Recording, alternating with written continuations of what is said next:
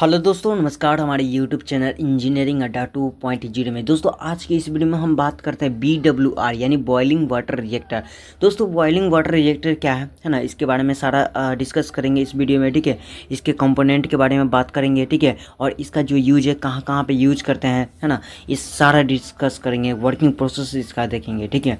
तो दोस्तों सिंपल से बात है, पहले इसका हम डेफिनेशन समझ जाते हैं। सुना दोस्तों, अगर आप लोग भी बिहार पॉलिटेक्निक एंट्रेंस एग्जाम्स की तैयारी करना चाहते हैं 2025 में, तो दोस्तों आप लोग के लिए एक बेस्ट से बेस्ट बुक मैं एक सजेस्ट करना चाहूँगा। दोस्तों आप लोग भी अगर चक्षु प्रकाशन का बुक खरीदते हैं तो आप लोग भी बिहार पॉलिटेक्निक 2025 के एग्जाम में बेस्ट से बेस्ट स्कोर कर सकते हैं और अच्छे से अच्छे गवर्नमेंट कॉलेज में आप लोग भी एडमिशन ले सकते हैं। दोस्तों अगर आप लोग भी इस बुक को लेना चाहते हैं तो कॉमेंट बॉक्स में इसका लिंक रहेगा और वीडियो को डिस्क्रिप्शन में इसका लिंक रहेगा, वहाँ से आप लोग भी इस बुक को कम से कम प्राइस में आप लोग परचेस कर सकते हैं और एग्जाम में बेस्ट से बेस्ट स्कोर कर सकते हैं। दोस्तों जो बॉइलिंग वाटर रिएक्टर है ना, इसके अंदर में ऑर्डिनरी वाटर का हम यूज करते हैं, जिसको हम लाइट वाटर भी हम नाम से जानते हैं, ठीक है। दोस्तों इसका जो यूज करते हैं बेसिकली हम मॉडरेट के लिए करते हैं। अब मॉडरेट क्या होता है, जैसे कि एक एग्जांपल में हम बात करते हैं कूलर के लिए भी इसका यूज करता है, ठीक है। अब मॉडरेट क्या होती है दोस्तों, मॉडरेट क्या होता है कि जब चेन रिएक्शन होता है, ठीक है, जैसे न्यूक्लियर थर्मल पावर कॉर्पोरेशन होता है ना, उसके अंदर में भी तो चेन रिएक्शन होता है, उसके अंदर में भी तो यूरेनियम का यूज करते हैं, ठीक है। तो यहाँ पे क्या कंडीशन होता है कि जब चेन रिएक्शन होता है तो क्या होता है कि यूरेनियम एटम से टकराता है, तो वहाँ से क्या होता है न्यूट्रॉन्स पैदा होने लगता है, ठीक है। और जब न्यूक्लियर से टकराता है तो मॉडरेट न्यूट्रॉन्स के स्पीड को क्या करता है कि इंक्रीज करता है, ठीक है। इसके अंदर में जो कूलेंट यूज करते हैं, कूलेंट का काम क्या होता है कि एनर्जी को रिएक्ट कर देता है, जो कि हीट एनर्जी को ट्रांसफर करेगा, तो आगे उससे क्या होता है कि कूलेंट कहते हैं, ठीक है। अगर इसका कंपोनेंट के बारे में बात करते हैं, एक एक कंपोनेंट के बारे में बात करते हैं, तो पहला कंपोनेंट आता है प्रेशर वेसल आता है, फ्यूल रोड आता है, कंट्रोल रोड आता है, स्टीम सेपरेटर ड्रायल होता है, टरबाइन होता है, कॉपलिंग होता है, जनरेटर होता है, कंडेंसर होता है, ठीक है।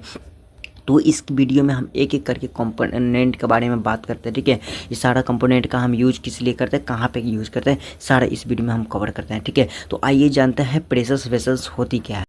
दोस्तों बॉइलिंग वाटर रिएक्टर के अंदर में जो प्रेशर वेसल्स का हम यूज करते हैं, प्रेशर वेसल्स के अंदर में क्या होता है कि फ्यूल रोड होता है, ठीक है। जो प्रेशर वेसल्स होता है ना, इसके अंदर में क्या होता है कि फ्यूल रोड होता है, जो कि यूरेनियम से क्या होता है कि ये बनी होता है, ठीक है। जो प्रेशर वेसल्स जो रॉड होते हैं ना, ये बेसिकली क्या होता है कि यूरेनियम की होती है, ठीक है। और जो इसके अंदर में जो कंट्रोल रोड का यूज करते हैं, वो कंट्रोल रोड क्या करते हैं कि जो कंट्रोल रोड होती है ना, वो जो इसके अंदर में जो बोरॉन्स कार्बाइड होती है ना, ये बोरॉन्स कार्बाइड की ही बनी होती है। जो कंट्रोल रोड होती है बोरॉन्स कार्बाइड की बनी होती है, और जो फ्यूल रोड होता है वो क्या होता है यूरेनियम की बनी होती है, ठीक है। जो कि कंट्रोल रोड्स जो होता है वो जो इसके अंदर में जो न्यूट्रॉन होता है वो न्यूट्रॉन्स को एब्जॉर्ब करने लगता है, ठीक है।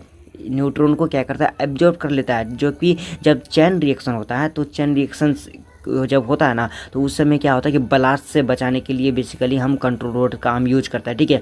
जब कंट्रोल रोड का अगर हम यूज नहीं करेंगे तो वहाँ पे इतना हीट होता है कि जब ब्लास्ट करने का मोमेंट बन सकते हैं, ठीक है। तो इसलिए हम क्या करते हैं कि चेन रिएक्शन के समय क्या होता है कंट्रोल रोड का हम यूज करते हैं, ठीक है।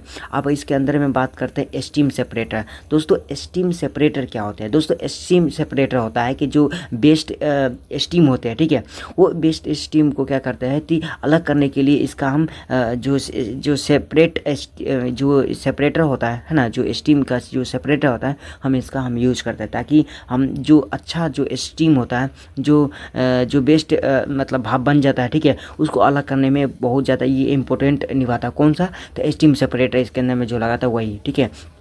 अब आता है टरबाइन। दोस्तों टरबाइन क्या करते हैं, जब सेपरेटर स्टीम बन जाएगी तो वहाँ पे क्या होता है टरबाइन पर जाएगी। जब टरबाइन पर जाएगी, जब स्टीम बन जाएगा तो टरबाइन पे जाएगी। अब टरबाइन पर जैसे ही जाते हैं तो टरबाइन रोटेट करने लगता है, क्योंकि इसके अंदर में जो ब्लेड होती है वो क्या करती है कि मतलब रोटेट करने लगती है, ठीक है।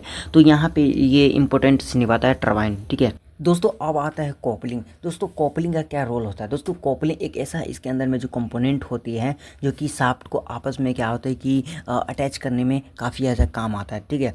दोस्तों जो इसके अंदर में जो शाफ्ट होती है, ठीक है, या कह सकते हैं कि इसके जो कॉपलिंग होता है ना, कॉपलिंग में दो भाग होता है, ठीक है। पहला शाफ्ट होता है ड्राइविंग शाफ्ट होता है, और दूसरा जो कि ये जो ड्राइविंग शाफ्ट होते हैं ना, वो रोटेटिंग शाफ्ट में ही आता है, क्योंकि इसको रोटेट करके दूसरे शाफ्ट में क्या होता है कि अटैच करता है। दूसरा शाफ्ट कौन सा होता है, रिगिंग शाफ्ट होता है, ठीक है, जबकि दोनों को अटैच करता है, ठीक है। अब इसका यूज करते हैं किस लिए करते हैं दोस्तों, जब वाटर हीट हो जाता है, ठीक है, जब वाटर हीट हो जाती है तो उस समय क्या होता है कि कॉपलिंग के थ्रू ही क्या होता है कि वाटर को हम मतलब मूव करवाता है, यानी जब वाटर एकदम साफ हीट हो जाता है ना तो उसी के थ्रू हम क्या करते हैं, मूव कराता है। दोस्तों जो कॉपलिंग होता है वो बेहद ही रोल निभाता है, ठीक है। अगर कॉपलिंग दोस्तों अगर ख़राब भी हो जाए ना तो इसको आसानी से चेंज करने में अच्छा काम आता है, क्योंकि ये इसको आराम से ओपन करके, यानी उसको रोटेटिंग शाफ्ट से क्या होता है कि उसको ओपन करके और उसको आराम से हम चेंज कर सकते हैं, ठीक है।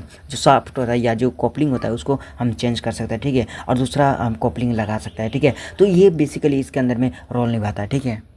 दोस्तों अब आता है जनरेटर। दोस्तों जनरेटर का काम क्या होता है, दोस्तों जनरेटर जो होती है ना, वो किससे कनेक्ट होती है, तो वो टरबाइन से कनेक्ट होते हैं, ठीक है। दोस्तों जब जब टरबाइन पर जब स्टीम फ्लो होती है तब टरबाइन क्या होता है कि रोटेट करने लगती है, टरबाइन का जो ब्लेड होता है ना, वो रोटेट करने लगती है, जिससे कि क्या होता है कि जनरेटर जो इससे कनेक्ट होते हैं ना, जनरेटर भी क्या होती है कि वो रोटेट करने लगता है, ठीक है। और मैकेनिकल एनर्जी को क्या होता है कि इलेक्ट्रिकल एनर्जी में ये क्या कर देती है कि कन्वर्ट करते हैं, ठीक है, कन्वर्ट कर देती है, ठीक है। तो इस तरह की जो चीज़ें हैं यहाँ पे जनरेटर का हम यूज करते हैं, ठीक है। मैकेनिकल एनर्जी को इलेक्ट्रिकल एनर्जी में कन्वर्ट करने के लिए हम इसका यूज करते हैं, ठीक है। दोस्तों अब हम बात करते हैं कंडेंसर। दोस्तों कंडेंसर का काम क्या होता है, दोस्तों कंडेंसर का काम होता है बेसिकली जब लो प्रेशर से जब स्टीम क्या होता है कि टरबाइन पे टकराती है, ठीक है, तो टकराने के बाद क्या होता है कि जो टरबाइन होता है, टरबाइन तो रोटेट करती है, बाकी वह जो बची है स्टीम बची है वो तो नीचे आ जाते हैं, ठीक है। नीचे आने के बाद क्या होता है कंडेंसर में जाते हैं, कंडेंसर के थ्रू ही हम क्या करते हैं कि जो स्टीम होती है उसको हम पास कराते हैं, और पास कराने के बाद फिर जा के जब स्टीम कंडेंसर में जाते हैं ना, तो कंडेंसर में जाने के बाद क्या होता है जो स्टीम होती है वो वाटर फॉर्म में कन्वर्ट हो जाता है, ठीक है। और वाटर फॉर्म जैसे ही कन्वर्ट होता है फिर से उसको हम भेज देते हैं, साइक्लिंग प्रोसेस करते हैं, ठीक है, फिर से उसको हम भेज देते हैं, फिर से वो क्या होता है स्टीम फॉर्म में कन्वर्ट हो जाता है, और फिर से क्या होता है वही साइक्लिंग प्रोसेस चलती है, ठीक है। तो दोस्तों मेरा वीडियो आपको कैसा लगा, तो दोस्तों चैनल को जरूर सब्सक्राइब करें और वीडियो को जरूर लाइक करें।